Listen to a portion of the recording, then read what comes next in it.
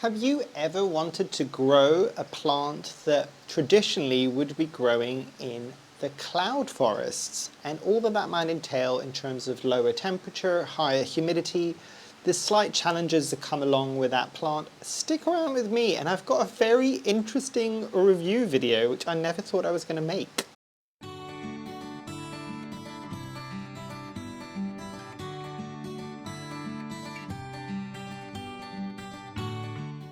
Hi, my name is Memo, this is my channel, Houseplantygoodness, and essentially it's a place where I like to geek out about my big passion.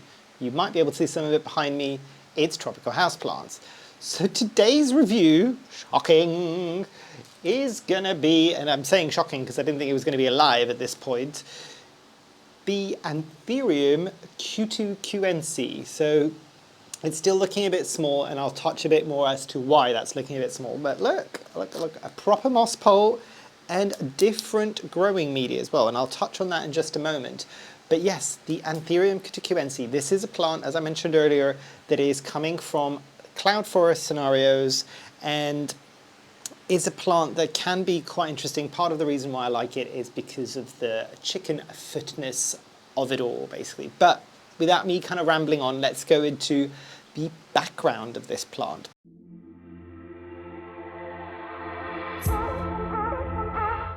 So the background of this plant, and some of you have already kind of heard this story because I've kind of was so excited when I got it into my collection. Tentatively excited because I thought I was going to kill it, and I'm still surprised I haven't, which is why I'm really surprised that I'm doing a review that this plant is now over 1.5 years old.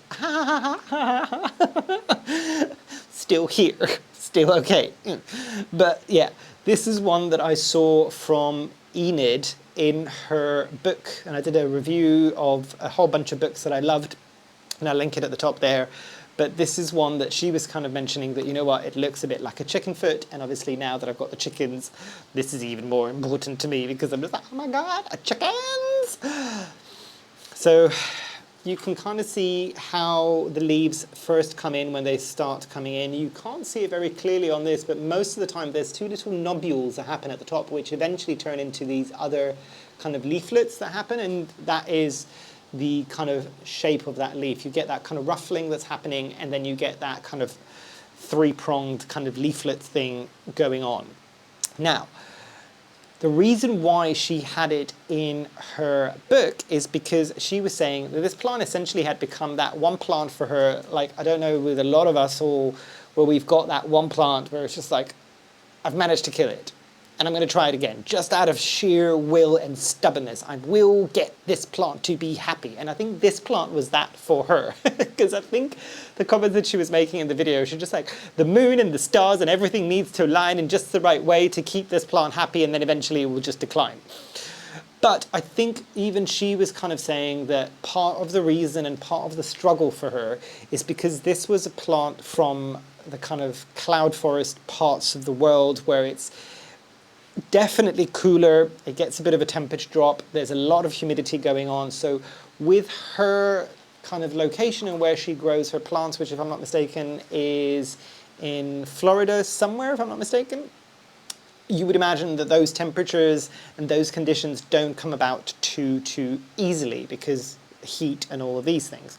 So she's always struggled with this. So I'm just like, no, wow. And I was seeing a lot of other people kind of echoing it online, kind of going, this is not the easiest plant to grow. And I'm just like, you know what? Okay, I've been doing this for a few years now. Let's get a challenging plant. It wasn't particularly expensive. I think this was $35 or $40. I mean, it's expensive for how small it is and the potential that it might die. But I'm just like, you know what? Let's take it as a bit of a challenge. And when I did the unboxing, that was my thing. Let's take it as a bit of a challenge.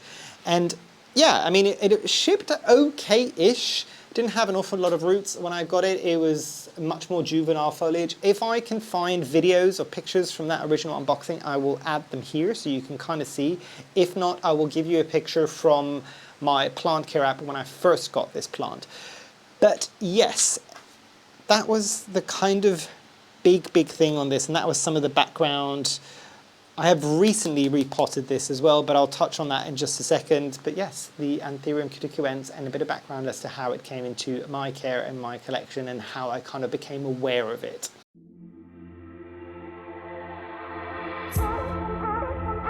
Now coming into speed of growth with this one. So speed of growth with the Cutucuense is, I will say, not the fastest thing in the world. It is one that takes its time. Have I got faster anthuriums? Yes. Have I got slower anthuriums? Also yes.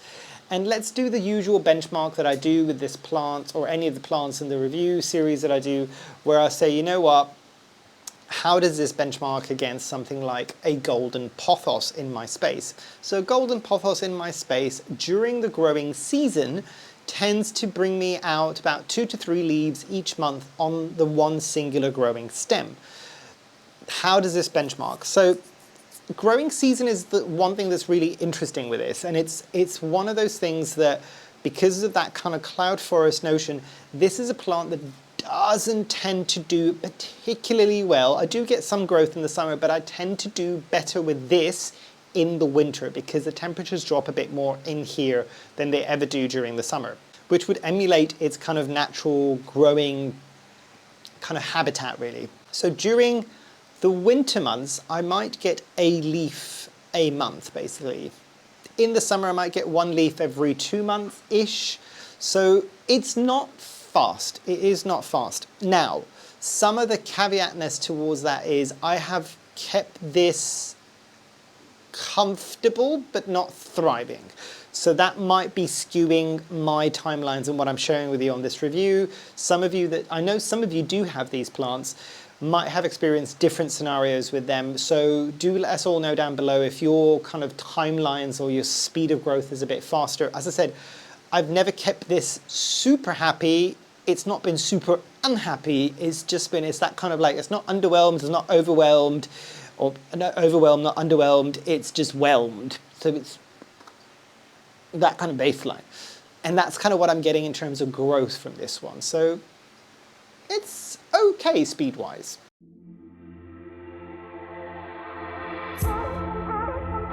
Now, propagation, so kind of ease of propagation with this. You do tend to get a kind of large internodal spaces. This is a plant that I found for me in terms of Anthurium definitely needs that moss pole, because that moss pole for me was the saving grace of this plant when maybe it was underwatered or overwatered sometimes, because those kind of aerial roots that were going into the moss are the thing that were keeping it alive. And it's interesting because I only repotted this yesterday or the day before, and I thought I'd lost all of the roots down at the base, but actually there was quite a few roots. I was planning on giving this a much smaller pot because I didn't think it had any. I thought I was going to have to cut it and kind of do the chop and prop method, but it's actually got some okay roots down below, so I've kind of left those. There was a few that kind of got a bit of root rot, but it's doing okay. And ease of propagation, because of that kind of propensity to do that, and if you give it something like a moss pole and you keep it happy and it roots into the moss pole, you could probably propagate this relatively easily, because all you would need to do is to take a node cutting from there, and as long as it's propped into and it's grown roots into that moss pole, you could probably even do air layering. I don't know with how sensitive this plant is if you just want to do a random cut and then put it somewhere, possibly. But again, because of that kind of more vining nature that I'm finding with this plant, other than some of the other anthuriums that can remain quite short and compact, and then you don't have an awful lot of space to take a cutting, those might be more challenging. This is definitely, it kind of grows more like what you'd expect a climbing philodendron to be. So you've got clearer bits to cut, and I would imagine it would branch out quite easily as well. So ease of propagation on this, I would say probably relatively straightforward. Not the easiest thing, but not the hardest Anthurium to probably propagate.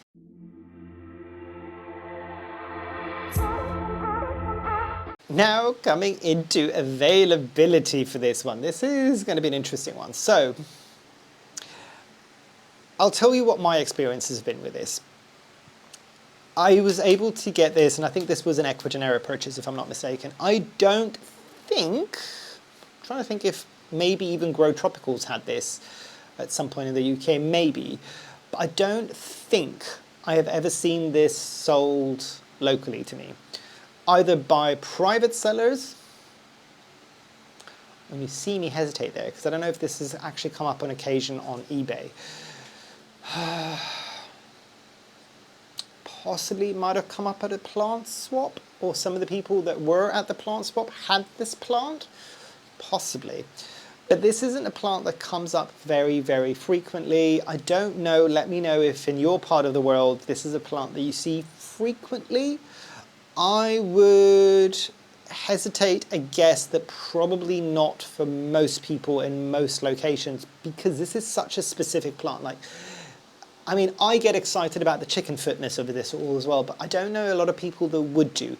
Blend that in with the fact that this is a bit more exacting into what it kind of needs and wants, and I would imagine that this isn't going to be one that's going to be coming, it's going to be very available to the mass market, because probably the mass market, A, either doesn't know about this, care about this, or be willing to spend the money that you probably need to spend to get this in a decent condition and a decent size for it to be sellable, if that makes sense. So I don't know.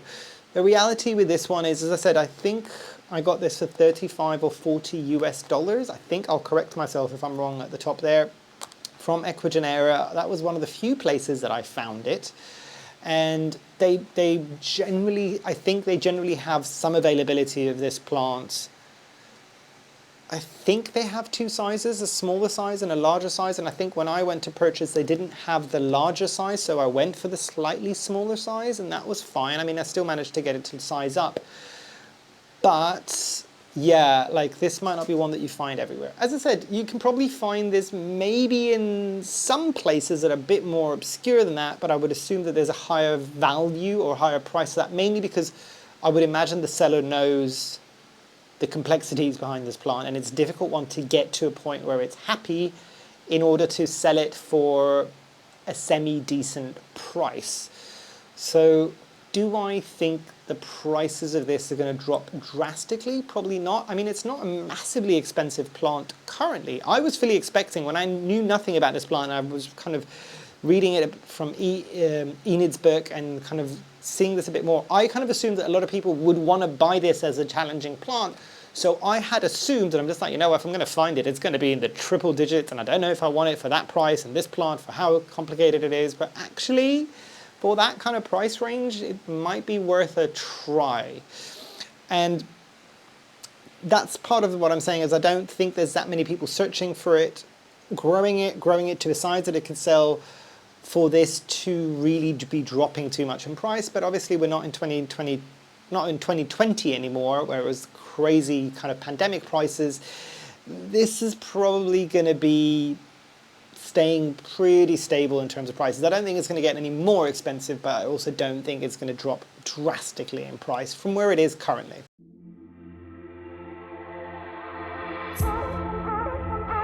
Now, pests on this one.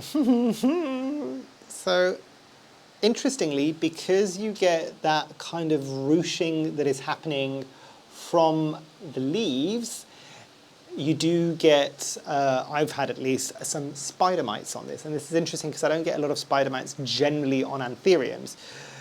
Do I occasionally get in the kind of nooks and crannies, usually in the back, maybe a mealybug? Yes. Do I occasionally get some whitefly on this? Also yes. Have I ever had thrips on this? Touch wood, no.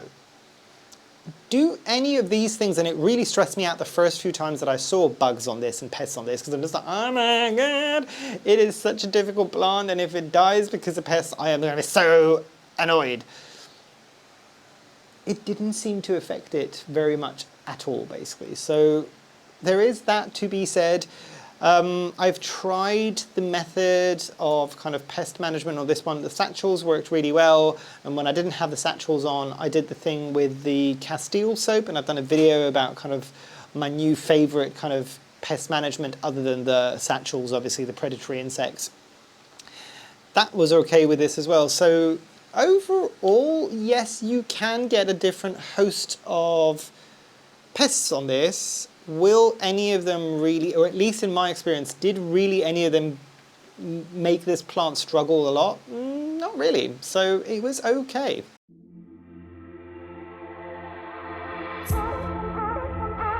Now coming into accessories and care for this one, and I've got a few things to say this, and I think this is the bit of the review that I think a lot of people expected for me to go into a bit more detail because of the nature of this plant. So let's unpick things individually. Moss pole, is it needed? I would say yes. Could you grow this up a janky support stick? Yes. Would it size up, especially if you've got the more juvenile leaves into the more footed leaves? I don't think so. So that's one thing to kind of remember. You also get other benefits with the moss pole as well, is that it does root in, I found, quite readily into the moss pole, and it roots in significantly into the moss pole as well. And then it gives you a bit of a safety blanket, as you would imagine with most plants, but even more so with something like this that can be so specific in what it wants. Having that safety blanket of, if everything goes wrong down here, I have got some backup roots up in here, is really, really, really important, especially for something like this plant.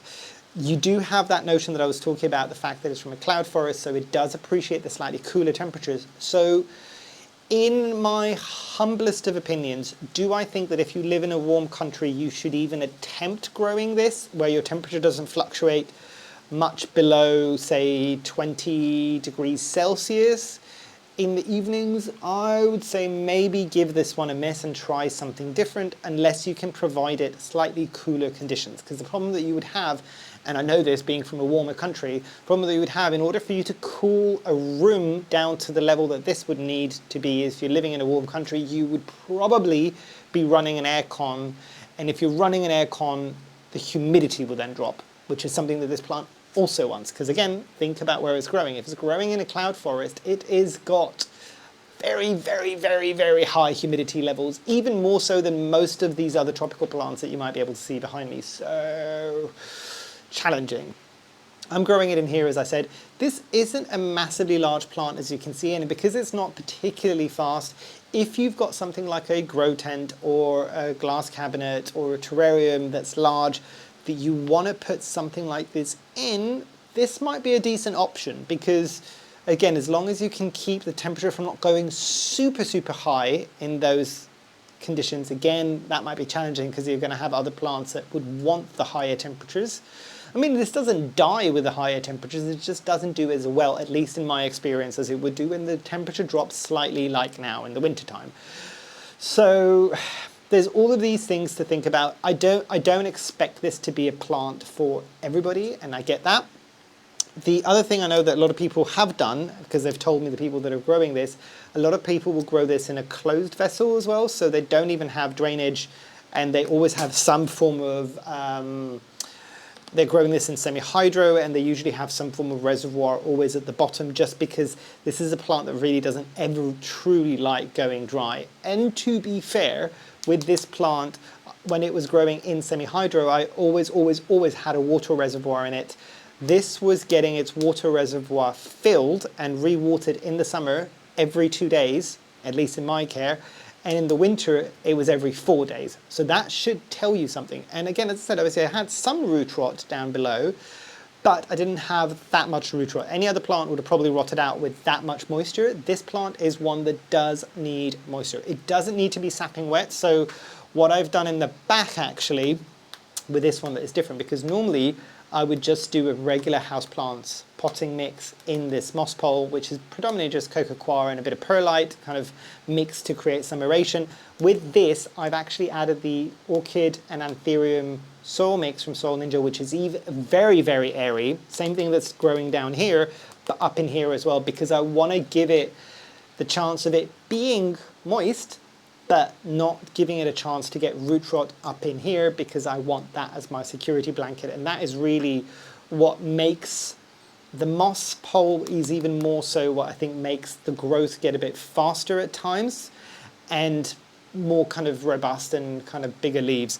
So this remains to be seen. This was a risk for me putting it in soil mix when it's been in semi-hydro, and it was semi-demi happy in semi-hydro. Similar issue that I've had in the past with other anthuriums is I gave it a coarse semi-hydro mix where the roots are really, really delicate on this. I should have given it a fine semi-hydro mix just so that those kind of pebbles, that growing media, is more in contact when it's smaller in size with these slightly smaller Anthurium roots. So the roots on this Anthurium tend to be small towards medium sized. They're not thick Anthurium roots like, for instance, the Clarinervium. So all that being said, there is going to be some babying that you're going to need to do to this plant, and you're going to have to find your own kind of happy medium. I am not an expert by any stretch of the imagination. This plant still stresses me out ever so slightly. I'm more comfortable with it. Like, it's done okay. Doesn't mean it's going to continue doing okay, but it's done okay.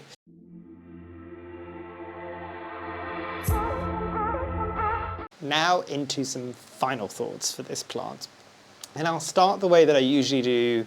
I can't believe I'm doing a review. I still can't believe I'm doing a review for this plant, but it's still around after that long of a time. And I really hope I haven't jinxed it.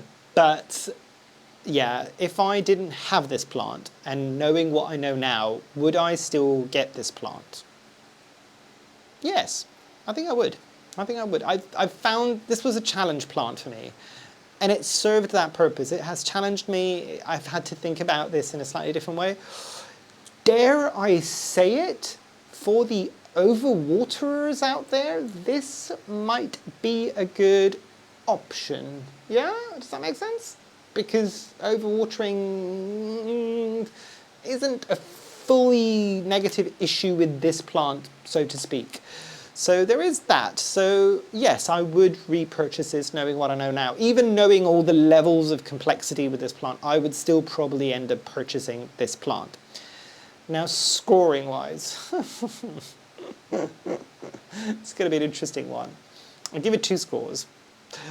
1 score for the general populace of people that might want to try this. I would say this is a 3 or a 4, maybe a 5, and it's more going to be for the people that want to have that challenge. This is not a straightforward plant, at least in my experience. I think I echo what a lot of other people say. The payoff isn't that huge because unless you're very specifically into all this, it's going to be that. I think the reality is it's going to be more of a, I want to challenge myself and see how I get on with this plant, specifically one that is from kind of cloud forest regions, and see if I can kind of keep it happy. There's that. Now, on a more personal score for this, have I enjoyed growing this plant? Yeah, I think I kind of have. I think I kind of have with all of the weirdness.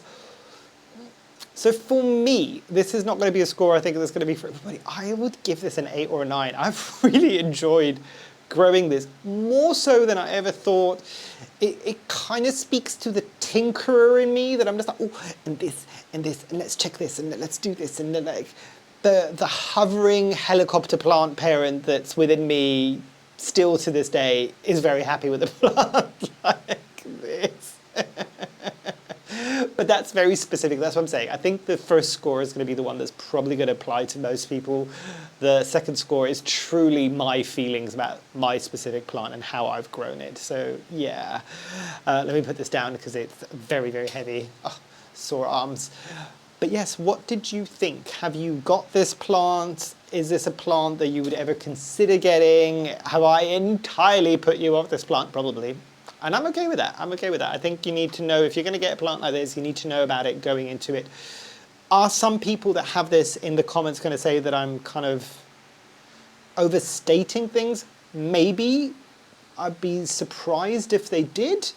And if you found this plant an exceptionally easy plant to keep happy for a long period of time, and you're feeling generous with your knowledge, please do let us all know down below what you do, and maybe we can learn something from it. And myself or anybody else who wants it or has already got it can learn as well, because this is not a straightforward plant, I don't think, for most people. But yeah, hopefully you've enjoyed. Hopefully I shall see you here soon. And I truly, truly hope that you have a great rest of your day. Thanks. Bye.